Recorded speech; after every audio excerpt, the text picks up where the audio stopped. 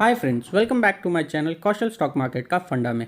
आज हम बात करेंगे उन शेयर्स की जो नेक्स्ट वीक ट्रेडिंग सेशन में हलचल मचा सकते हैं। पर उससे पहले अगर आपने अभी तक मेरा चैनल सब्सक्राइब नहीं किया है या फर्स्ट टाइम विजिट कर रहे हैं तो प्लीज़ सब्सक्राइब कर लें और बेल आइकन को प्रेस करना ना भूलें ताकि आपको लेटेस्ट स्टॉक अपडेट्स मिलते रहें। होप आपने कल वाला वीडियो जो कि टीसीएस के Q2 नंबर्स पर था जरूर देखा होगा। अगर नहीं देखा है तो नीचे डिस्क्रिप्शन बॉक्स में और ऊपर आई बटन पर क्लिक करके देख सकते हैं। स्टार्ट करते हैं इस वीक के मार्केट कैलेंडर से। तो बता दूं इस वीक मार्केट सिर्फ 4 दिन ही चलती हुई दिखेगी क्योंकि 15 तारीख को दशहरा है, जिसके चलते मार्केट क्लोज रहेगी। तो बोल सकते हैं कि 11 से 14 तारीख तक ही मार्केट ओपन रहेगी और सिर्फ 4 दिन का ही ट्रेडिंग सेशन इस हफ्ते देखने को मिलेगा। अब कैलेंडर के बाद स्टार्ट कर लेते हैं कि इस वीक मार्केट में कौन से शेयर पर नज़र रखनी है। तो सबसे पहले आप सबको पता ही होगा कि मैं किस शेयर के बारे में बोलने वाला हूं, क्योंकि हमने कल भी इसके बारे में बात की थी। तो जी हां, हम बात करेंगे टीसीएस के बारे में। तो टीसीएस ने नंबर्स अच्छे ही दिखाए हैं और ये रिजल्ट से पहले ही करीबन 1.29% के आसपास तेज देखने को भी मिला था। तो अब ये देखना है कि मार्केट इसके नंबर्स को कैसा रिएक्ट करती है और साथ ही साथ हमें इन्फोसिस, विप्रो और एचसीएल पर भी नज़र रखनी होगी, क्योंकि इन्फोसिस और विप्रो 13 अक्टूबर को और एचसीएल 14 अक्टूबर को अपने नंबर्स शो करने वाला है। जैसे कि आप सबको पता है कि टाटा सन्स ने एयर इंडिया की बिड जीत ली है, तो अब टाटा सन्स ने इस पर काम करना भी स्टार्ट कर दिया है और टाटा सन्स के मैनेजमेंट ने टीसीएस से एयर इंडिया के टेक ऑपरेशंस के लिए कांटेक्ट किया है। तो ये न्यूज़ भी एक अच्छी न्यूज़ है टीसीएस के लिए। तो देखना होगा कि इस न्यूज़ का क्या रिएक्शन होता है मार्केट पे कल, इंक्लूडिंग टीसीएस के रिजल्ट्स से। तो बोल सकते हैं कि नेक्स्ट वीक हमें आईटी सेक्टर पर नज़र रखनी होगी कि आईटी सेक्टर, क्योंकि आईटी सेक्टर के दिग्गज कंपनीज के रिजल्ट आने वाले हैं और इन रिजल्ट से मार्केट कैसा रिएक्ट करती है वो देखने वाली बात होगी। नेक्स्ट शेयर की बात करें तो वो है मदरसन सुमी सिस्टम्स लिमिटेड। जी हाँ, मदरसन सुमी लिमिटेड में भी दो बड़ी न्यूज़ आती हुई दिखी, जो कि मदरसन सुमी ने दो कंपनीज को एक्वायर किया है और इसी के साथ मदरसन सुमी एरोस्पेस में भी काम करती हुई, एंटर करती हुई दिख गई है। तो अभी तक मदरसन सुमी ऑटो एंसिलरीज का काम करती थी, पर अब Motherson Sumi non auto ancillaries में भी जाती हुई दिख रही है। तो न्यूज़ कवर कर लेते हैं। तो पहली न्यूज़ थी कि मदरसन सुमी ने CIM टूल्स प्राइवेट लिमिटेड के करीबन 55% के स्टेक ओन किए हैं और इस स्टेक को परचेज करने के बाद कंपनी एरोस्पेस इंडस्ट्री में भी कदम रख चुकी है। और जैसे कि विवेक चंद सहगल जी ने अपने पहले वाले इंटरव्यू में भी कहा था और उन्होंने अपना रीसेंट विज़न भी बताया था जो कि 2025 का था, तो उस पर वो अमल करते हुए दिख रहे हैं। और साथ ही साथ दूसरी न्यूज़ भी कवर कर लेते हैं। तो दूसरी न्यूज़ थी कि मदरसन सुमी ने एक्वायर किए हैं 60% के स्टेक चाइनीज़ कंपनी में और उसका नाम है नैंगचेंग JMCG मेकर लैंग व्हीकल मिरर। और इस कंपनी में मदरसन सुमी ने करीबन 33 मिलियन यान, जो कि आप बोल सकते हो 34 करोड़ रुपए का स्टेक परचेज किया है और वो स्टेक्स हैं 60% के। और बात करें इस कंपनी की जिसे मदरसन सुमी ने एक्वायर किया है, तो वो ऑटोमोटिव मिरर बनाती हैं पैसेंजर और कमर्शियल व्हीकल के लिए। तो मदरसन सुमी के लिए ये एक बिग न्यूज़ है। तो देखना होगा कि नेक्स्ट वीक मदरसन सुमी में मार्केट कैसा रिएक्शन देती है इस न्यूज़ के चलते। इसके बाद नज़र रहेगी 13 अक्टूबर को SRF लिमिटेड पर भी, क्योंकि ये शेयर बोनस दे रहा है। तो देखना होगा कि ये किस प्राइस पर ब्रेक होता है 4:1 में, जो कि करीबन 12,000 के आसपास चलता हुआ दिख रहा है। और आपने सेम देखा होगा एफएल इंडिया में भी कि 7 अक्टूबर को ये शेयर प्राइस करीबन 800 रुपये के आसपास टूटा था, क्योंकि इन्होंने भी स्प्लिट की न्यूज़ थी। और 7 अक्टूबर के बाद अगर देखें तो ये लगातार 2 दिन से अपर सर्किट में चलता हुआ दिख रहा है। तो SRF पर भी जरूर नज़र रखनी होगी कि इस शेयर में वॉल्यूम इंक्रीज होते हैं बोनस देने के बाद या नहीं। वैसे मैंने इस शेयर के फंडामेंटल्स पर भी वीडियो भी बनाई है, तो अगर आपको वो वीडियो देखनी है तो आप ऊपर आई बटन पर क्लिक करके देख सकते हैं। वहीं बात करें SRF की, तो ये एक फंडामेंटल स्ट्रॉन्ग शेयर है केमिकल सेक्टर का, तो आप इस शेयर के साथ भी जा सकते हैं और इसकी न्यूज़ पर ट्रैक भी रखना होगा कि ये नेक्स्ट वीक कैसा ट्रेड करता हुआ दिखेगा।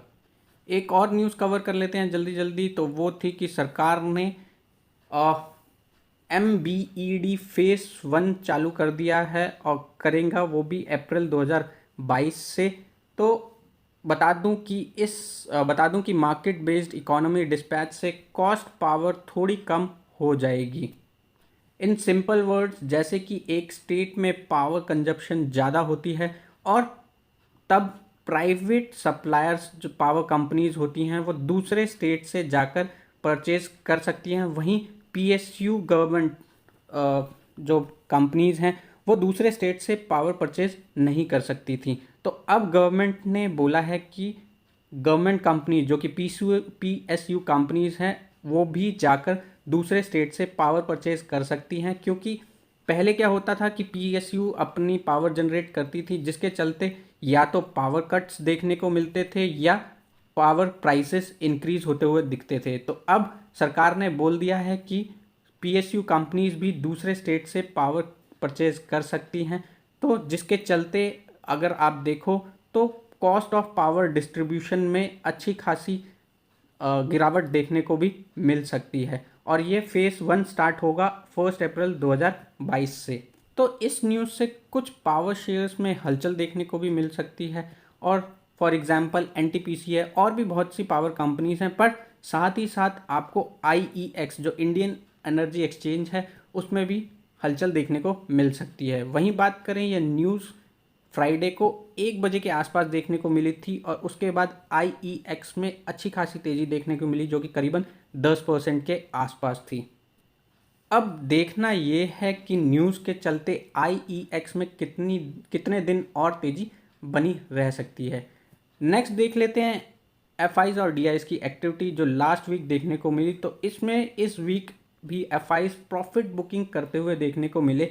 वहीं 4 अक्टूबर को FIs ने परचेजिंग की है 860 करोड़ की, पर उसके बाद 5, 6 और 7 और 8 को यह पैसा निकालते हुए ही दिखे।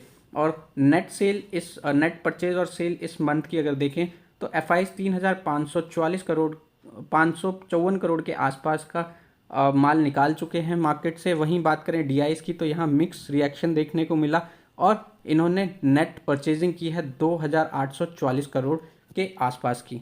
इसके बाद ऑप्शन चेन देख लेते हैं। तो अभी निफ्टी करीबन 17,900 के आसपास ट्रेड करती हुई दिख रही है जो कि ये वाला ट्रेडिंग सेशन है। पर अगर बात करें यहाँ से निफ्टी नीचे की तरफ आती है तो इसका स्ट्रॉन्ग रेजिस्टेंस लेवल 17,750 का है और अगर निफ्टी यहाँ से ऊपर की तरफ मूव करती है तो उसका next strong resistance level 18,000 points का है। एक बार निफ्टी अगर 18,000 पॉइंट्स को क्रॉस करती है तो फिर उसके बाद मार्केट में अच्छी खासी फिर से प्रॉफिट बुकिंग होती हुई दिख जाएगी। अब देखना यह है कि कल मार्केट किस तरफ का मूव करती है, पर रिएक्शन देखें तो निफ्टी फिर से इस वीक कंसोलिडेट होती हुई ही दिखेगी। अब बात कर लेते हैं IPO की जो मंडे को मार्केट में लिस्ट होने वाला है और वो है आदित्य बिरला सन लाइफ AMC का। और देखें तो GMP में अच्छी खासी उछल कूद देखने को मिली लास्ट वीक और आदित्य बिरला सन लाइफ AMC का GMP करीबन 2 रुपये डिस्काउंट में भी जाता हुआ दिखा। पर अब आज के हिसाब से आदित्य बिरला AMC का GMP ऊपर ही देखने को मिल रहा है जो कि प्रीमियम में है और वो है 20 से 25 रुपये। तो देखना होगा कि कल ये मार्केट पर किस प्रीमियम पर लिस्ट होता हुआ दिखेगा। तो अगर देखें तो हमें कल IT सेक्टर पर मदरसन सुमी, SRF और IEX पर नज़र रखनी है। साथ ही साथ ये भी देखना है कि आदित्य बिरला सन लाइफ AMC किस प्राइस पर लिस्ट होता है और कितना लिस्टिंग गेन देता है अपने शेयर होल्डर्स को जिन्होंने भी अप्लाई किया हो। मैं फिर से बोलना चाहूँगा कि ऐसा नहीं है कि आप इन शेयर्स में जाकर इंट्राडे करें या ऑप्शंस चेन प्लेस करें। ये बस आपको नॉलेज के लिए शेयर करता हूँ ताकि आपको पता चल सके कि मार्केट में चल क्या रहा है। तो प्लीज़ अपनी भी थोड़ी रिसर्च ज़रूर करना शेयर्स के बारे में ख़रीदने से पहले, क्योंकि वो बहुत ज़रूरी है। नहीं तो करेक्शन के टाइम पे आप ही होंगे जो सबसे पहले शेयर को सेल करके निकल जाएंगे, इररिस्पेक्टिव शेयर चाहे कितना भी फंडामेंटल स्ट्रॉन्ग क्यों ना हो, क्योंकि आपको पता ही नहीं होगा कि उस शेयर में हुआ क्या है। मैं इसके लिए आपको एक एग्जाम्पल देना चाहूँगा। फॉर एग्जाम्पल, आप कोई नया मोबाइल फ़ोन परचेज़ करने जा रहे हैं, तो उस मोबाइल को परचेज़ करने से पहले आप मल्टीपल साइट्स पर जाकर चेक करते हैं। फॉर एग्जाम्पल अमेज़ॉन हो गया, फ्लिपकार्ट हो गया। आप उस मोबाइल के स्पेसिफिकेशंस प्लस उस पर कितना डिस्काउंट मिल रहा है, आप डिफरेंट डिफरेंट साइट्स पर जाकर चेक करते हो, प्लस उसके रिव्यूज़ भी पढ़ते हो कि उस मोबाइल फ़ोन के क्या रिव्यूज़ चल रहे हैं मार्केट में, और उसके बाद आप उस मोबाइल को परचेज़ करते हो। और ऐसा नहीं है कि आपको किसी ने बताया और आप सीधा जाके शॉप से जाकर ख़रीद लाते हो। क्यों? क्योंकि आप वो परचेज़ करने वाले हो। तो सेम कहानी शेयर्स के साथ भी है।